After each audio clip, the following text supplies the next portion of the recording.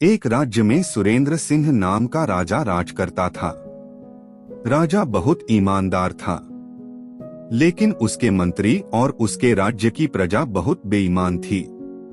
उसके राज्य में राजधर्म नहीं था। हर व्यक्ति अपना स्वार्थ सिद्ध करने के लिए दूसरे को लूटने का प्रयास करता था। राजा को इन बातों का पता था, क्योंकि इसी भ्रष्टाचार के कारण उसका राजकोष खाली होता जा रहा था। राजा किसी पर विश्वास नहीं कर पा रहा था, क्योंकि सभी बेईमान थे। उसी राज्य में एक ब्राह्मण रहता था। वह दिन रात पूजा पाठ में लगा रहता था। वह ब्राह्मण बहुत ईमानदार था। इसी कारण राज्य के लोग उसे अपना दुश्मन मानते थे। ब्राह्मण मंदिर में पूजा करने आने वाले लोगों से ईमानदारी और सच्चाई पर चलने की बात करता था, जो लोगों को समझ नहीं आती थी। एक दिन राजा उसी मंदिर में भगवान के दर्शन करने गया। राजा ने भगवान की पूजा कर वहां 5 सोने के सिक्के चढ़ाए। पूजा समाप्त होने पर उस ब्राह्मण ने वही 5 सोने के सिक्के राजा को प्रसाद के रूप में वापस कर दिए। यह देखकर राजा को बहुत गुस्सा आया।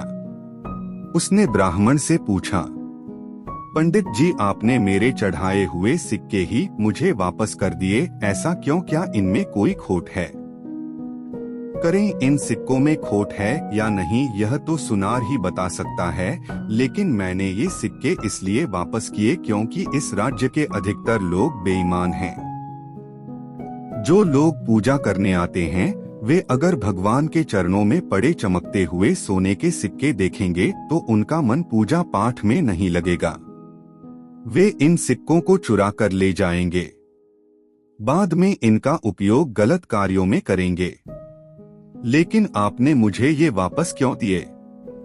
यह सिक्के आपके राजकोष में रहेंगे तो किसी अच्छे कार्य में लगेंगे, क्योंकि मैं जानता हूँ आप बहुत ईमानदार हैं और आपका हर काम राज्य की भलाई के लिए ही होता है।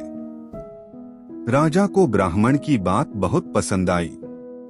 हे ब्राह्मण देवता, मैं चाहता हूँ आप मेरे महल में पधारें, मुझे आपसे कुछ जरूरी सलाह करनी है। ठीक है महाराज, मैं कल आपके सामने उपस्थित हो आऊंगा। अगले दिन ब्राह्मण राजा से मिलने पहुंच जाते हैं। आइए ब्राह्मण देवता, मैं आप ही का इंतजार कर रहा था। महाराज, मेरे लिए क्या आज्ञा है? मेरे मंत्रियों से लेकर प्रजा तक सब बेईमान हैं। मुझे अपने राज्य को बचाने के लिए क्या करना चाहिए? आपको उन्हें दंड देना चाहिए, लेकिन कैसे? मुझे उनके बारे में कुछ भी पता नहीं लग पाता, लेकिन मेरा राजकोष खाली होता जा रहा है। महाराज, यदि एक व्यक्ति को दंड दिया जाए तो 100 सुधर जाएंगे। मैं आपको एक उपाय बताता हूँ। आपका जो मुकुट है यह सोने का है और इसमें कई हीरे भी जड़े हुए हैं। आप अपने मंत्री से कहिए कि आप एक नया सुंदर मुकुट बनवाना चाहते हैं, जिसमें इतने ही हीरे जड़े हों, लेकिन मुकुट शुद्ध सोने का होना चाहिए। राजा, लेकिन उससे क्या होगा? जब मुकुट बनकर आ जाए तब आप मुझे बुलवा लेना, बाकी आप मुझ पर छोड़ दीजिए। राजा तुरंत अपने मंत्री को बुलाकर मुकुट बनवाने के लिए कहता है। मंत्री तुरंत सोने के सबसे बड़े व्यापारी को बुलाता है। सुनो व्यापारी, महाराज के मुकुट के बराबर वजन का सोना तुम सुनार को पहुंचा दो। तुम्हें उसका पूरा मूल्य मिलेगा, लेकिन उसमें 10% तांबा मिला देना। उसमें से जो बचत हो उसका आधा मुझे चाहिए। उसके बाद मंत्री हीरे के व्यापारी को बुलाता है। महाराज के मुकुट के लिए जो हीरे चाहिए उसमें से 2 हीरे कम देना, उनकी जगह कांच के टुकड़े लगा देना। 1 हीरे का दाम मुझे चाहिए। सोने का व्यापारी सोचता है, जब मिलावट ही करनी है तो 10% क्या 20 कर देता हूँ, 5% मंत्री को भी तो देना है। वही 20% तांबा मिलाकर सोना सुनार को भिजवा देता है। इसी तरह हीरे का व्यापारी भी 2 की जगह 4 हीरे कम देकर कांच के भेज देता है।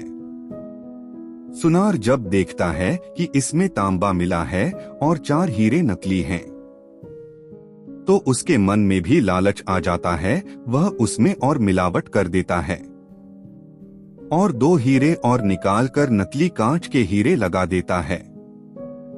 उसके बाद वह उस सोने और हीरों को अपने कारीगर को बनाने के लिए देता है।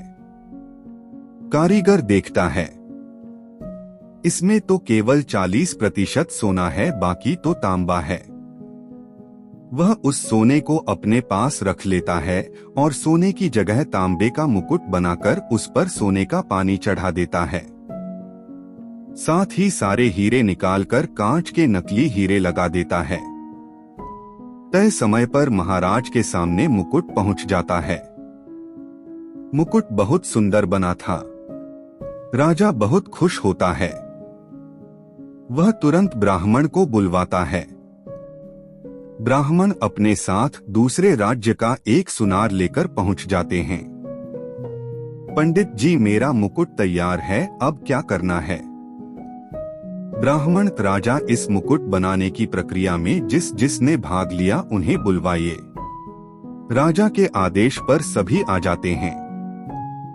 उसके बाद ब्राह्मण अपने साथ लाए सुनार को मुकुट देते हैं।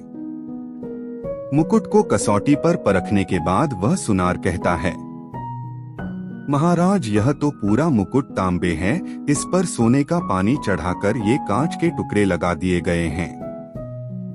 राजा को बहुत गुस्सा आता है। वे मंत्री से पूछते हैं।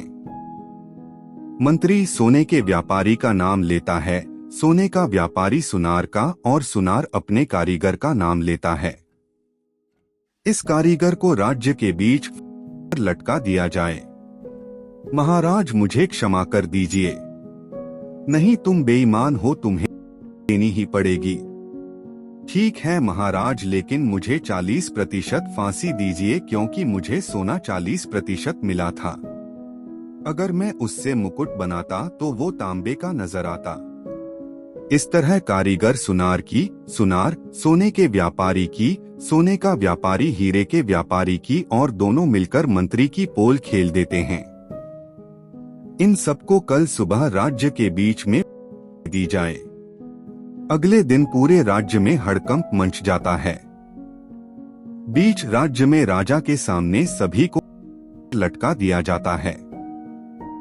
आज के बाद अगर किसी ने भी बेईमानी की तो उसका भी यही हाल किया जाएगा।